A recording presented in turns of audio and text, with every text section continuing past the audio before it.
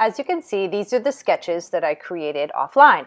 Both of them an asymmetrical and a symmetrical one. Now we're going to recreate them in the computer.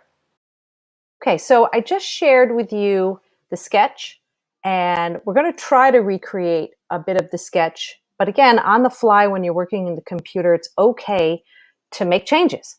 So you see my bounding box here, 6 by 6. I've already showed you how to create this, and this is in InDesign. I'm going to use my type tool. I'm going to choose Bodoni. I'm going to choose that font or typeface.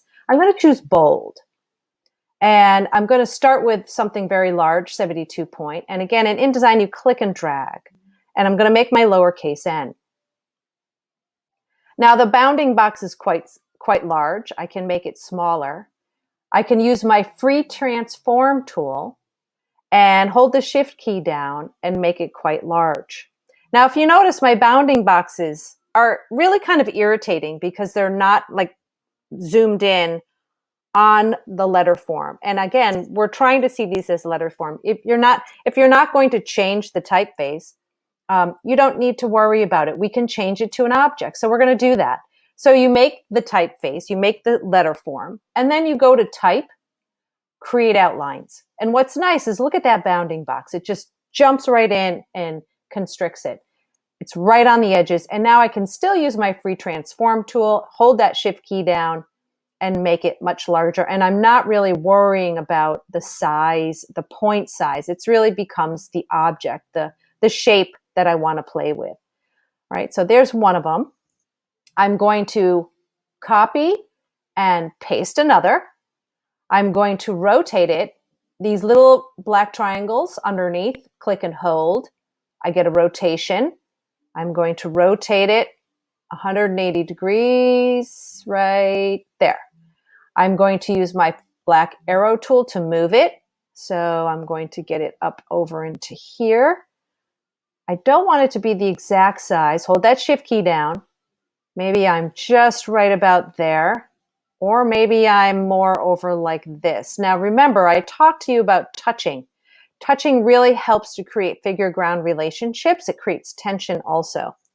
So this is starting to push forward.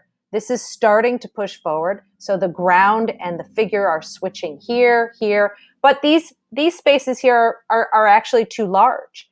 So I need another type.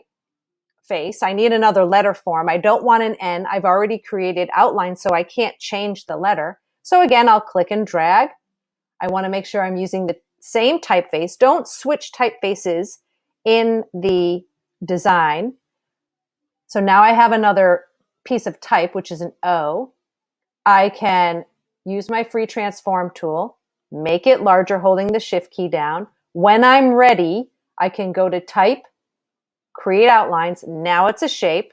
I can continue with my free transform tool, make it larger. Now I need to get this space to activate to start to switch and move on me. So I could use this. I could make it larger, but again, everything might then become kind of similar in scale. That might be interesting, but maybe not. Maybe I want them to be smaller, but maybe I want two. Copy and paste. Maybe I want another one over here. Maybe I want one down here. Maybe I want it to be a little bit bigger. But I don't want that negative space there. I want to close it. I want it just to be black. Now that negative space is really starting to pop. Coming forward, it's really starting to be interesting there. This still has some problems. Should this N be larger? Perhaps. Let's try it. This is the beauty of the software, right? So now I got rid of this negative space over here. This object is a little bit bigger than that. This is starting to pop forward. I still need these serif feet down here. That is of interest. I need that. This does not. That bleeds off. And then the question becomes, how do I get to activate this shape, this negative shape? Is that working? Not so much, right? So maybe this does need to get to be a little bit bigger. Maybe I can make a relationship like that. Again, this is being playful. How much do you need? Do you pull it in from the corner? Ah, that's starting to work. Now this is starting to come forward. Again, that's beautiful. It's popping back and forth. This is coming forward. That's kind of starting to get there. It's almost there. And then you kind of just, do you want that negative space back in? Is that too much? I don't want that white at the bottom. Do I want more negative space here? Is that creating too much of this? This becomes a distraction. I think so. I'm going to move it out of there. That actually is more balanced. And then again, it's kind of like, what is the right size for this O, this shape? So this negative space comes forward and the positive space doesn't dominate, right? That's too dominant. So it's really about the proportionality. I think that's pretty good. This is an asymmetrical design. And again, figure, figure, figure, figure, and ground, ground, ground. And these ground spaces are starting to move. They're starting to move forwards and backwards, forwards and backwards. So that's one. That's on page one. I would like to do another one. All right. Easy enough. I could just choose page one. I could duplicate the spread. Now I have page two, which is exactly like page one, but I don't want any ends. I'm going to get rid of them because my other design used just the O's. And now that it's a object, I don't have to necessarily go to the free transform tool. I can just actually use my shift tool, my shift on my keyboard to make sure. And I think I'm recalling this goes like that. It might has to go bigger, right? So I made this design that's kind of like that. I'm not sure if this font is going to be the right one, but I'm going to choose copy and I'm going to paste. And I think it was over here. Now, if I want these perfectly aligned, because now I'm making a symmetrical design, I can choose one and I can choose another, and I can go to align. If you don't see it here, you can go to window, and it's underneath, let's see, layout objects align, but mine's up here, and I'm going to align the bottom of them. Boop, now it's aligned. And this last O needs to get larger. And they need to touch, right? So it starts to go. Now, if you saw that pink line there, that is perfectly in the center, right? So now it's like, okay, is this working? Do I want to select all three with my shift key and then pull them down? So now it's perfectly centered. Is that starting to work? This certainly is coming forward, right?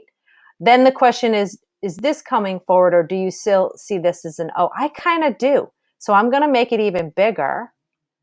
And again, have that pop in there, pull all three of them. If I'm going to do a select all, I can do Command A, and then I can pull them down. So what happens? Do I want to go up a little bit? Not too much.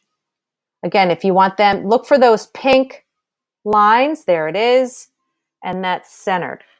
Oh, that's starting to look pretty good. This right here is starting to be seen as a white object in the fore. It becomes the figure, but then it becomes the ground. This one does it too. So that's a symmetrical design using one letter and figure ground relationship. Now, when you want to save them out, I asked you to save them as JPEGs. There are 2 pages. You have to save them separately. File, export, and JPEG underneath format. Give it a name. So obviously you'd want plate 1, maybe A. And I'm going to throw it on the desktop. Hit save. And I wouldn't do them all. I would do them one at a time. So page 1, 300 DPI, RGB is fine, and hit export. Then you go to number 2, File, Export, Plate 1B, JPEG, Desktop, Save, Range 2. Everything else stays the same.